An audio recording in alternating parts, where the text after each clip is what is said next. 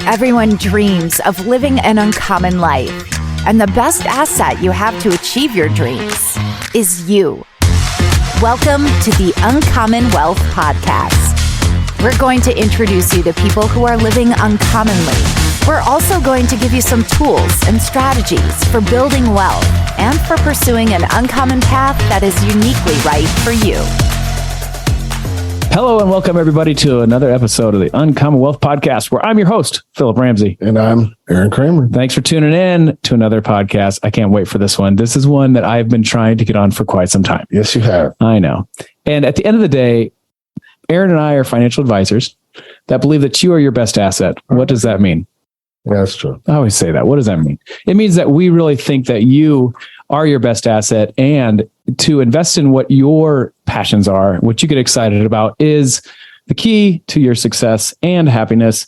Maybe not really, but no, it is. It's fun as an advisor to be able to empower other people to use their money in order to fulfill their life and be excited about what they're doing. A lot of our meetings go longer only because people get excited about it. We get excited about it too. And we do too. So there you go. There's a commercial of what Aaron and I do at Uncommon Wealth Partners. But today we're talking to a rock star. Yeah. The reason why she's a rock star, she's my aunt. Yes, she is. And the reason why I wanted her on the show is because I think there is, the normal is to retire and just sit in a chair, rock back and forth, and just get to reminisce about your life.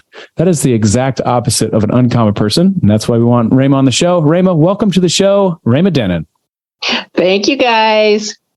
Cannot wait to unpack this, because you have done the exact opposite. Where other people started retirement and started slowing down, I felt like you hit the retirement tape and sped up probably 3 times as fast as you ever were. Am I wrong in that? No, you're exactly right. In fact, to even be more specific, I felt like my whole life was on hold until I was able to be retired. I mean, awesome. I made money. I worked really hard, but that job controlled my life. It was rough. I mean, not that other people's jobs aren't rough, but a few days after I retired, my son says, "You should have retired sooner." I mean, I just totally changed. Right. And that's true. And here's the deal. At the end of the day, here's your bio. You have a son, and you were a nurse. Am I wrong? For how many years?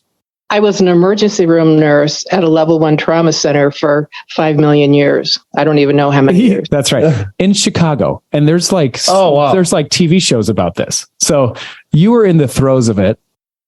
So to say that you were like running 100 miles a minute is no joke.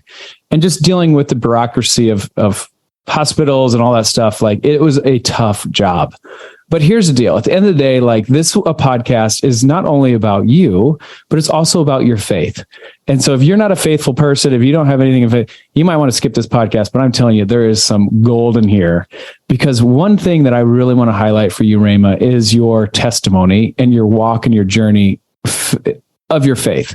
So when did that start for you, and when did things start changing? Because I've known you my whole life, but it wasn't just till recently that you are older that you found your faith.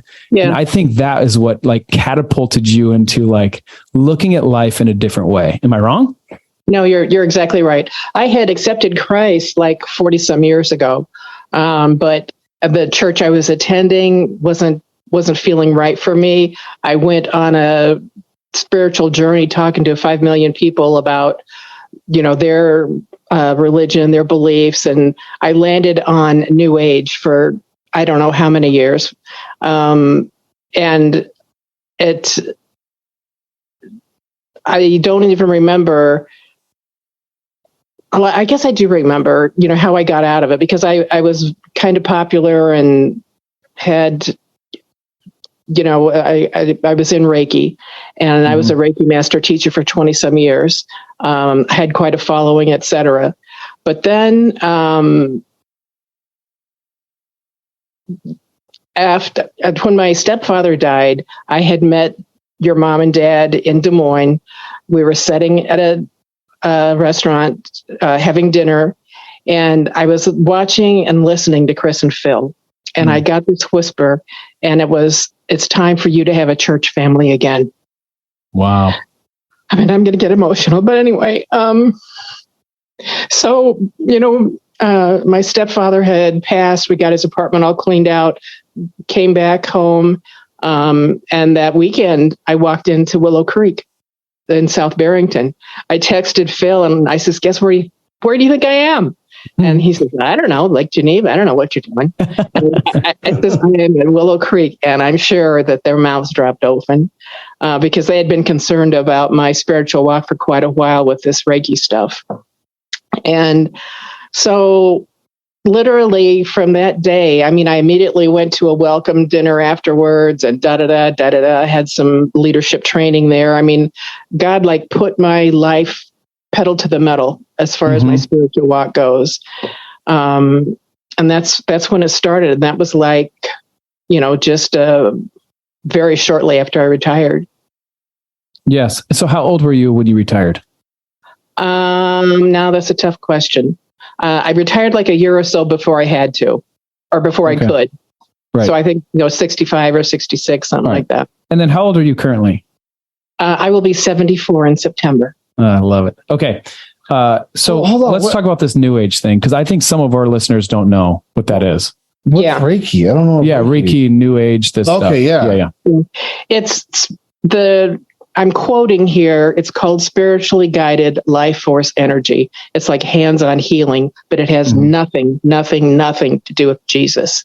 But those spiritually guided life force words, then I'll do that. It sounds good. Felt good. I saw lots of positive things happening to people when I laid my hands on them.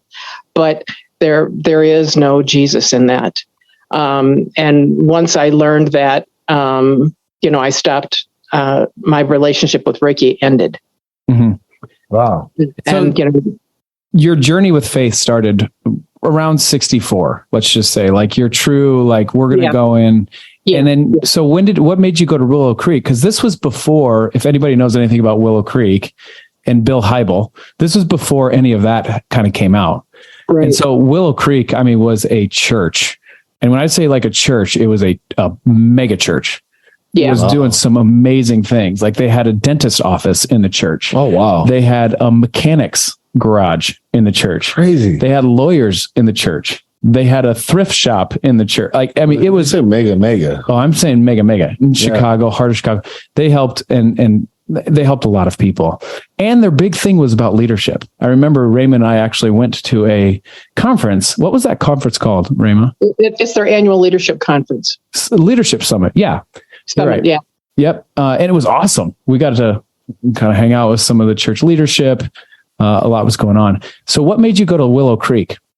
Well, because I was with Phil and Chris, we were sharing a hotel room that whole time. And one evening I said to Chris and Phil, I'd heard this whisper, and this is the kind of church I'm looking for. After my looking around and not being satisfied with churches, I told them specifically, word for word, what I wanted in a church. And Chris says, it's too bad that Willow is too far from you, because it sounds like that's just what you're looking for. But them not being familiar with, what's far here in the Chicago area, it's just like, oh no, this is a few minutes away from me. So that's how I walked into Willow.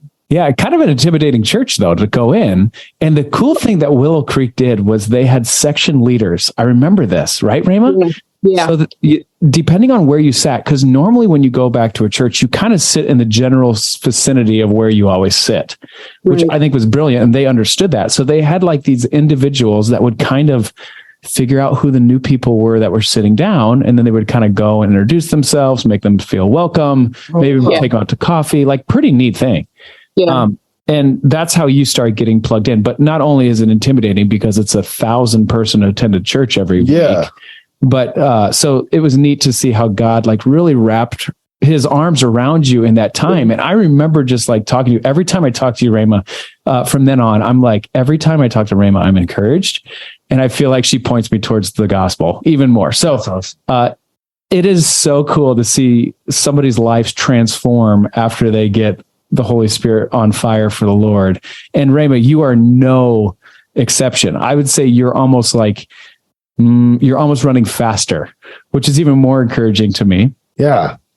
So tell me this, because I would say that, like, how long have you been divorced, Rayma? Oh, that's another question I don't know the answer to. I mean, it was a really long time. Lots and lots of years. I would even say before your son was, like 5, right? Oh yeah, before then. Yeah. And Kevin's in his 50s now. So yeah. Right. And it was one of the most, and I didn't hear any of the like specifics, but it was a horrible divorce. Oh. And the marriage was very abusive.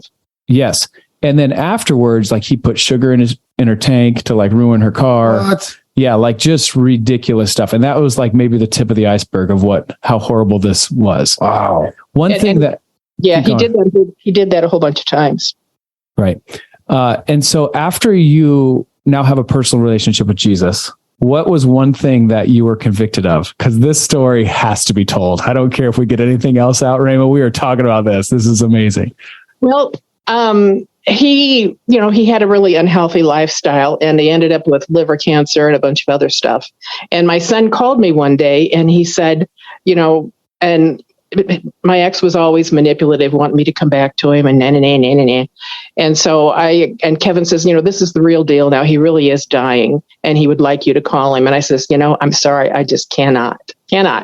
Right. And he says, okay, I understand. And so in the following couple of days, I was considering calling him, but talk about throw up in the back of your throat. I was having PTSD and you name it. I just couldn't.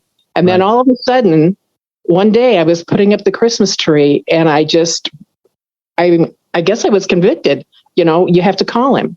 So I called Kevin, got the number, and I called him. And it was such a blessing that I couldn't recognize his voice, because had I recognized his voice, it would have been really difficult for me to talk to him. It would have brought up too much stuff. Right. So anyway, he says, come back to me. I says, wait a minute. I am calling you for one reason only. I want to make sure that you're going to heaven. Oh yeah, I know. I'm going to heaven. I've been a good person all my life. I says, that's not how it works. So I laid out the gospel for him, and he seemed to accept Christ. He said he said the sinner's prayer. He accepted Christ on the phone. And I thought, well, maybe he's just making that up. I didn't know if it was real or not. And so, and he asked me if I would go to his funeral. And I says, I don't know. I'll see. So I decided to go to support my son. And then the after stuff, the meal and everything. Wait, we gotta pull back, because I know this, but I don't know if our listeners would and pick this up. How many days after you talked to him did he pass away? Less than a week. Yeah, less than I remember it was like 3 to 4 days. Yeah. And the reason why, and I totally think that God shielded you from his voice, because he was on his deathbed, and that's the reason why. Yeah, you probably didn't recognize his voice, but praise the Lord. Yeah. And so now we can go back to, okay, so you go to his funeral. There you go. Sorry. And so somebody came up to me and said, he was so happy about that phone call. He was a different person after that phone call. And so I thought, well, then maybe he really did. And then I was still going to Willow. I was back at, and it was about maybe 2 months, I don't know exactly, after his funeral. I was sitting in a service at Willow, and I heard this whisper, I answered your prayer. And I immediately knew, because all during our marriage, I had prayed that he become a Christian.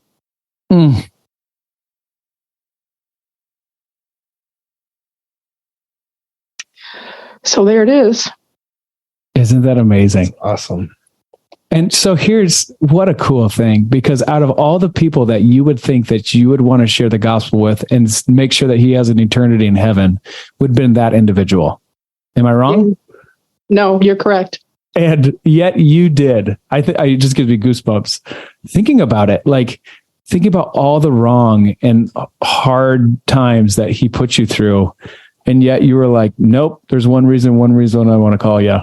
And how many people would have just looked at him and be like, if there's one person that needs to go to hell, it's that guy. That would have been me. Yeah. I'm over here listening a lot because I don't know you, Rayma, but like, tell you right now, I'd have been like, no, right. You can go where you deserve. So Rayma, you are the most uncommon person that we've ever probably had this podcast, because your uncommon comes from the Lord. I'll tell you that right now. And that's what I wanted to say, because that all of a sudden didn't come from me. It's like, all right, that wasn't me. That was definitely God.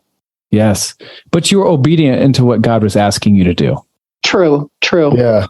Okay. So I now want to kind of fast forward this a little bit, not even fast forward, but all through this whole time, like you were starting to go to Uganda. You really had a passion for Africa through the church. Right. And so let's talk through like your journey with that, where you're at with it now, and kind of like your passion. And I would say your almost full-time job, almost after retirement, of just pouring into these African community. Yeah. I've been to Uganda 3 times since I retired. The last time was last September. The first time I went, I canceled a whole bunch of times. I was just so nervous. I mean, it's just like, I don't know if you guys watch Naked and Afraid. I thought, yes. That's going to be my life, except I'll have clothes on, And finally, one night, my son and daughter-in-law called me, and they said, and after I had canceled a whole bunch of times, they said, look, we know that you are supposed to be on that plane. And all of a sudden, I got a vision of that plane taking off and me not being on it, and it would have broke my heart had I not gone. Wow. And so then the flight over, I mean, it's 17, 18 hours. And, by that time I'm all bloated, nauseated, and exhausted. And it's just like, you know what? As soon as I get to Uganda, I'm going to get a flight back. I'm not staying. Yes. And so then as soon as we got there, it was the middle of the night. We're all exhausted and all that kind of thing. And as I'm not exaggerating, as soon as my feet touched the ground, I felt like I was home. I was in love. Wow. Isn't that awesome? Yeah. It's unbelievable. And our team leader said, Rayma, there's something different about you. What's happened? And I said, I don't know.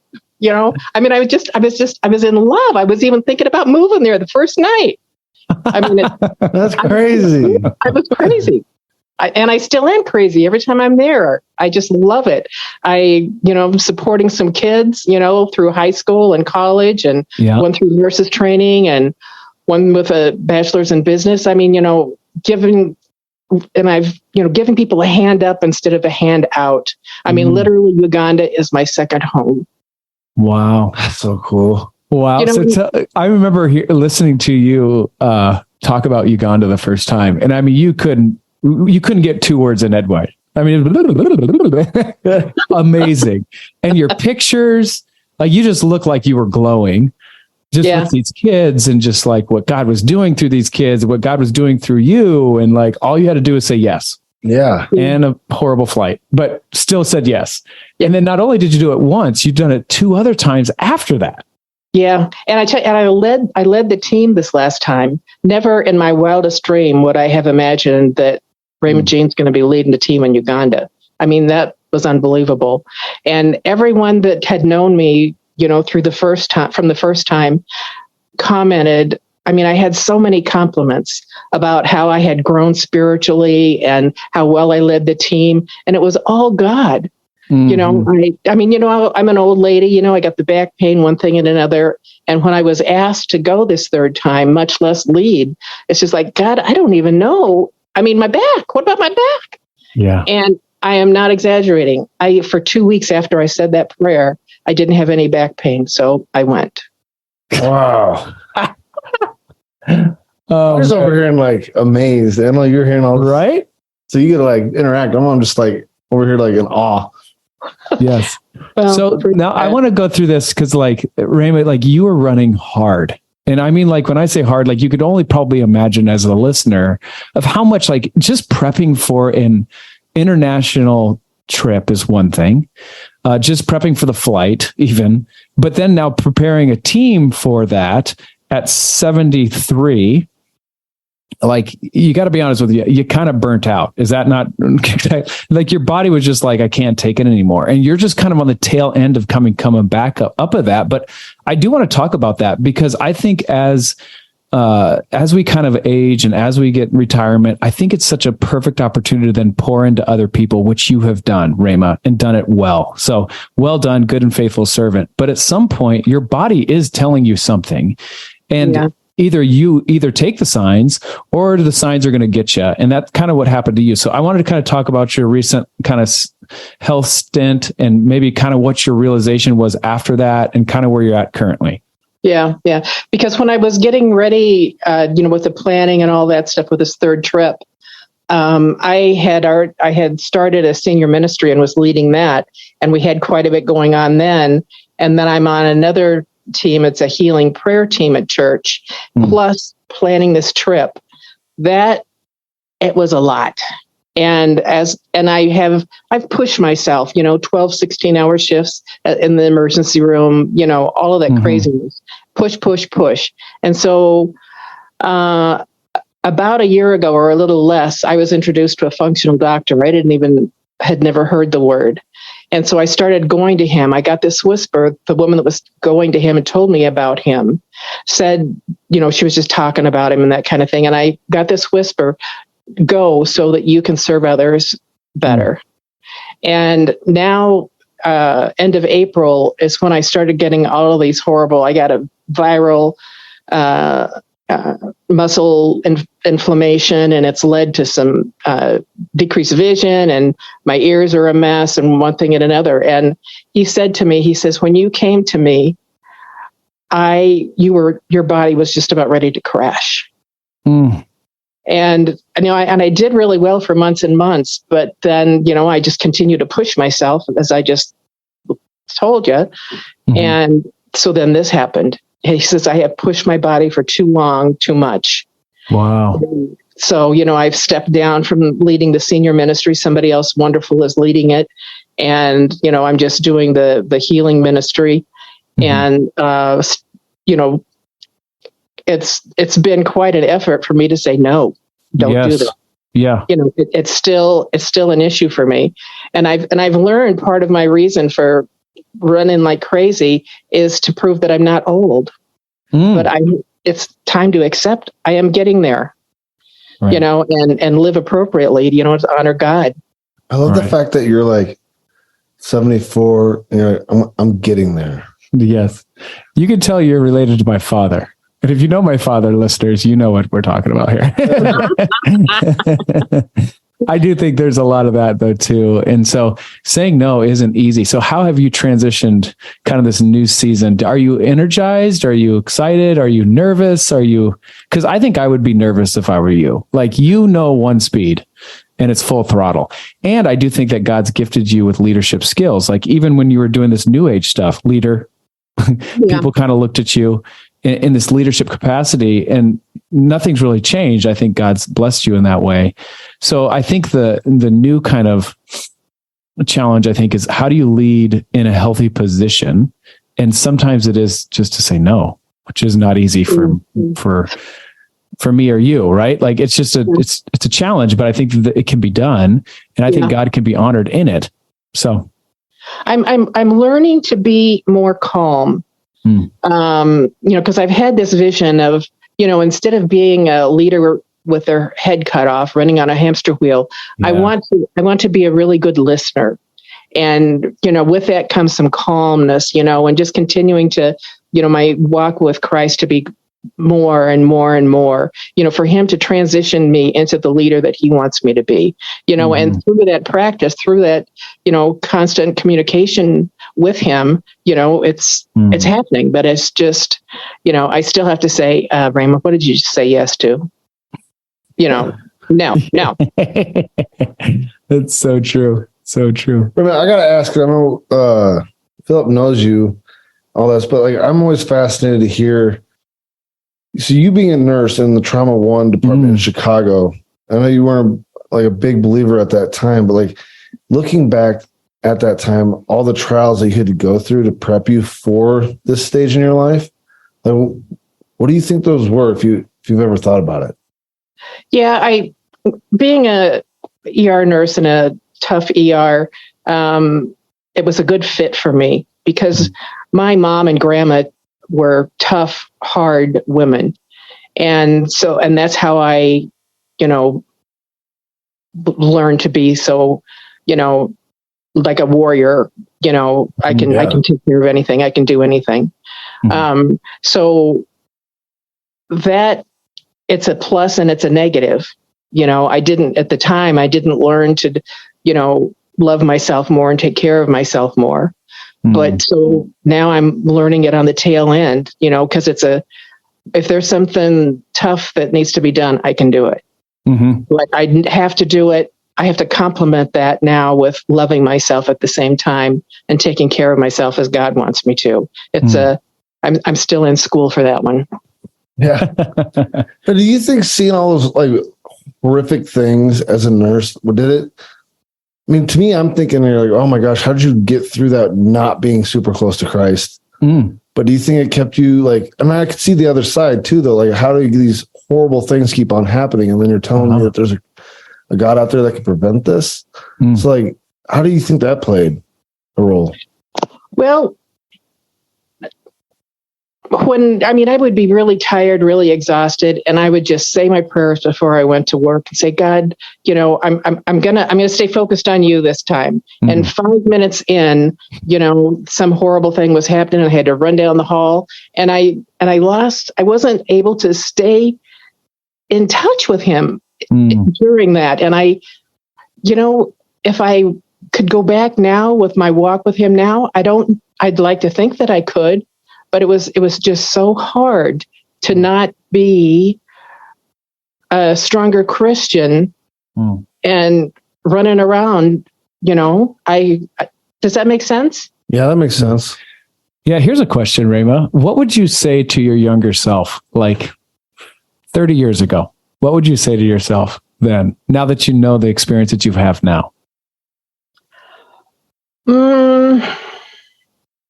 The heck of it is I wouldn't have listened. People told me to slow down, to love myself and all those kind of things, but I didn't listen. And I even 3 years ago, I still wasn't listening, and people were still telling me, it had to be this tough thing to happen for me to pay attention. Right. I respect that a lot, that answer. Cause I agree. I get, so I get a lot, I'm a meathead at my hobby, and I like to lift a lot of weights. And I always get these like old timers that are always like, oh, you didn't give that up. I used to do that. And I'm like, oh, stop. Like you wouldn't listen to yourself. You wouldn't have listened to yourself when you were this age. It's like, but for you to actually admit, like, I wouldn't have listened. Yeah. I love that. Oh, thank you. It's, it's one of those truthful things. I guess, you got to be true before you can, heal. I think, you really got to see the truth. Yeah, but it really shows the light of like why you're a good leader you are right now. Because you're honest with yourself, and then like when you're talking to somebody that's maybe wired similar to you, like you're gonna say things that they're like, oh wow, thanks, like you get it. Right. Right. Thank you. Right. Okay, what's next for Rayma now? With all your life experience, amazing faith, what's the next thing? What's the next phase that you're looking forward to? I'm still recovering physically and emotionally, learning more about myself. Our Wellsprings team, our prayer healing team, I'm going to be more involved and be able to focus on that and some aftercare groups and that kind of thing. I'm really excited about that. So until God leads me someplace else, that's going to be my focus, because that program is growing immensely, and we're, it's just, it's miracles just to watch the healing. And maybe I will go back in May or June to Uganda. We'll see if, how the old body's doing. And the rest of it, I'm just, waiting on God to show me. Yeah. Wow. That's so great. Rayma, you're the best. I love you so much. Thank you so much just for encouraging my faith and my leadership and just being a huge source of wisdom for me. And I know our listeners. So if they wanted to reach out to you for any way, could you just give them your email? I don't know how many people will, but you never know. It's Rayma 444 at Comcast.net. That's perfect. Well, you've been listening to the Uncommon Wealth Podcast. I've been your host, Philip Ramsey. And I'm Aaron Kramer. Till next time, go finish hard and have faith. Thanks for being on. Thanks for listening. Thanks. That's all for this episode, brought to you by Uncommon Wealth Partners. Be sure to visit uncommonwealth.com to learn more about our services. Don't miss an episode as we introduce you to inspiring people who are actively pursuing an uncommon life.